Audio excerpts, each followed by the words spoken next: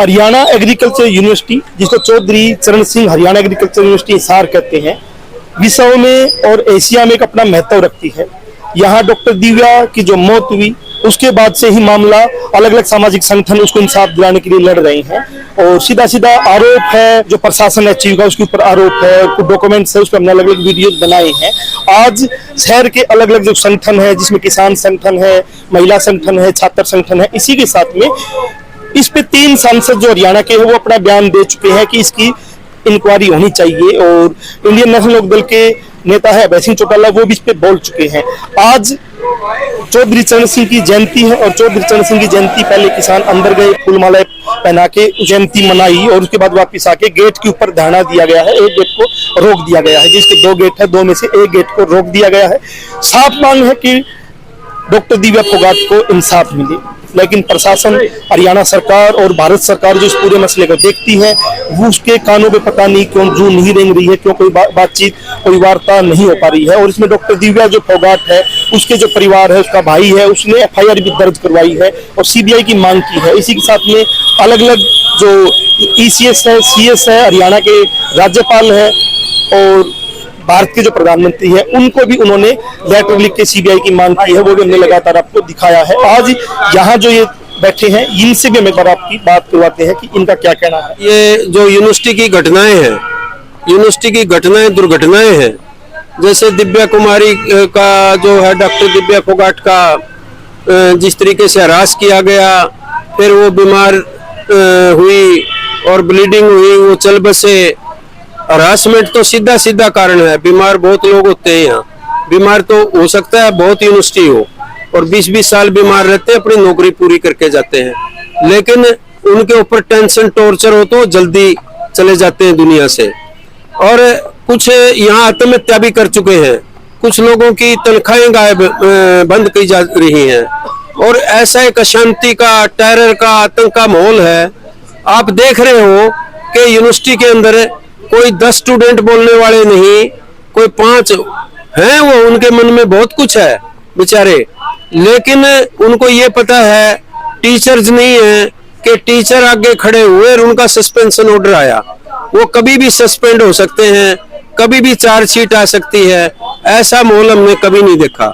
तो ये संघर्ष आज का जो था, ये माला पहनाने का चौधरी चरण सिंह के स्टैच्यू को, और आज का जो ये कार्रवाई की है उनको न्याय इंसाफ दिलवाने के लिए। और कल मैं जो है कृषि मंत्री जी से कुछ देर मिला था, उनसे अपनी गुजारिश की थी और उन्होंने भी कहा कि जी हम गौर से, सिंपैथेटिकली सभी बातों को देखेंगे। मैं तो आई एम हैप्पी कि वे कृषि मंत्री ने अच्छा समय दे करके बात हमारी सारी सुन ली, जो वो करेंगे उनकी मर्जी है और मैं आशा करता हूँ कि वो अच्छा ही करेंगे। डॉक्टर साहब, एक तरफ तो शहर के अलग अलग संगठन हैं जो डॉक्टर दिव्या को इंसाफ दिलाने के लिए लड़ रहे हैं, एक तरफ होता है तो शिक्षक यूनियन है जिसके आप भी अध्यक्ष रहे हैं, वो कहीं ना कहीं आप लोगों के खिलाफ बोल रही कि आप माहौल खराब करना चाहते हैं, बाहरी तत्व आपको बोला गया। हम कोई बाहरी तत्व नहीं है, हम मेरे जैसे लोग हैं और यहाँ सैकड़ों प्रोफेसर हैं जिन्होंने मेरे से कहा है कि डॉक्टर साहब बधाई हो, यदि यूनिवर्सिटी के अंदर से कोई नहीं ले रहा तो आप इसको ले रहे हो। मेरे पास घर आ रहे हैं बधाई देने के लिए कि कम से कम कोई आदमी तो है जिसने रोटी पानी इस यूनिवर्सिटी से खाई है, नमक खाया है, कि वो इसकी पैरवाई कर रहा है इन सारी चीजों की। तो असल में गद्दारी तो होट्टा प्रेसिडेंट है, टीचर्स के साथ बेईमानी और गद्दारी तो वो कर रहे हैं अपने यार मित्रों के लिए, प्रमोशन के लिए, अपने स्वार्थ के लिए वो कर रहे हैं किसान इनके साथ। यदि वो किसी लायक होते आज ये हालत नहीं होती, ये अपने आप ही सुट लेते, जो होता तो वो करते, प्रधान जी करते। तो प्रधान का ये कर्तव्य है, उससे वो विमुख हो चुके हैं। वो तो एक गुलामी का जो चोड़ा उड़ करके वाइस चांसलर का, और वो चुपचाप दुबक के हैं। और वो शायद हो सकता है क्योंकि इनकी ताकत बहुत हो चुकी है, डरा लिया लोगों को, हो सकता है धमकाते भी होंगे लोगों को, धमका के पर्ची भी ले हुए हैं। डॉक्टर साहब, आप कुछ लोग हैं, अलग अलग संगठन है, क्या डॉक्टर दिव्या को इंसाफ दिला पाओगे? क्योंकि ताकतवर है, बिल्कुल ताकतवर है। ऐसा है कि भाई न्याय इंसाफ तो ये लगातार संघर्ष रहता है। न्याय इंसाफ के लिए तो 1857 में हुआ, बहुत लेट हुआ, लेकिन हुआ जरूर। मतलब चलते चलते 1947 तक हम कामयाब हो गए। जब ये आंदोलन बड़ा होगा, लोग एहसास करेंगे और दूसरों के ऊपर भी अटैक आएंगे। हो सकता है और आत्महत्या कर जाए, हो सकता है ये जिस तरीके का डिप्रेशन का माहौल है कुछ लोगों में, हो सकता है कोई आत्महत्या कर जाए या और किसी की और भी मौत हो जाए। तो ये पॉसिबिलिटीज हैं। तो इसके लिए कि इनको न्याय मिले और भविष्य में ऐसी घटनाएं दुर्घटनाएं ना हो, उसके लिए हम संघर्ष कर रहे हैं। क्या कोई वीसी से बातचीत हुई? क्योंकि आपके तो शायद समकक्ष रहे होंगे। नहीं, समकक्ष नहीं, वो मेरे तो बहुत जूनियर हैं, बहुत जूनियर है मेरे तो, नॉट समकक्ष। I am 75 years, he may be nearly 60 और समथिंग, 15 साल छोटे होंगे मेरे से। तो कोई बातचीत हुई इस बारे में? कोई बात नहीं हुई मेरी। कारण क्या कि उनके दिमाग पे बोझ ही नहीं है कि भाई कोई आदमी कोई तकलीफ में है एचयू में, क्योंकि उनके जो चाटुकार है वो मिलते हैं। उन्होंने क्या किया है? उन्होंने ये किया है, एक आदमी तो पैसे इकट्ठे करने के लिए लगा दिया, भाई तू मेरे पैसे जमा कराओगा। कुछ साइंटिस्ट ऐसे लगा दिए, तू मुखबरी करेगा।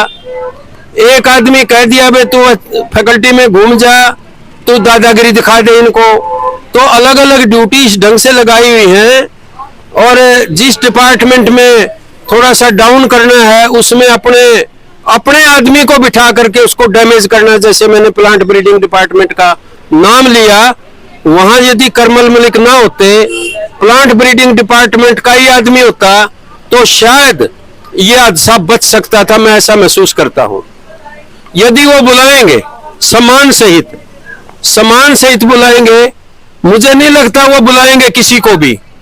वो तो कोई सरकार धमका ले इनको हटा दे तो अलग बात है। यदि बुलाएंगे तो हम जाएंगे, हम बताएंगे भी क्या क्या बात है। लेकिन वो इसलिए नहीं बुलाएंगे कि बुलाने के लिए ओटा है, वो ओटा उनकी गोदी में बैठी है। वो मान ही नहीं रहे कि भाई शहर में या हरियाणा में कोई आदमी है या कोई पीड़ा है, यूनिवर्सिटी में कोई पीड़ा है। वो अपने से बड़ा किसी को मानते ही नहीं, ज्ञानी ध्यानी। मैं ऐसा महसूस करता हूँ। भविष्य में क्या कोई बड़ा आंदोलन की तरफ आप बढ़ोगे? बिल्कुल बिल्कुल। यदि ये नहीं होगा, बहुत बड़ा आंदोलन होगा, हजारों आदमियों का। फिर अंदर भी जाएंगे, चाहे इन गेटों से कूद के जाना पड़ो, कुछ भी करना पड़ो।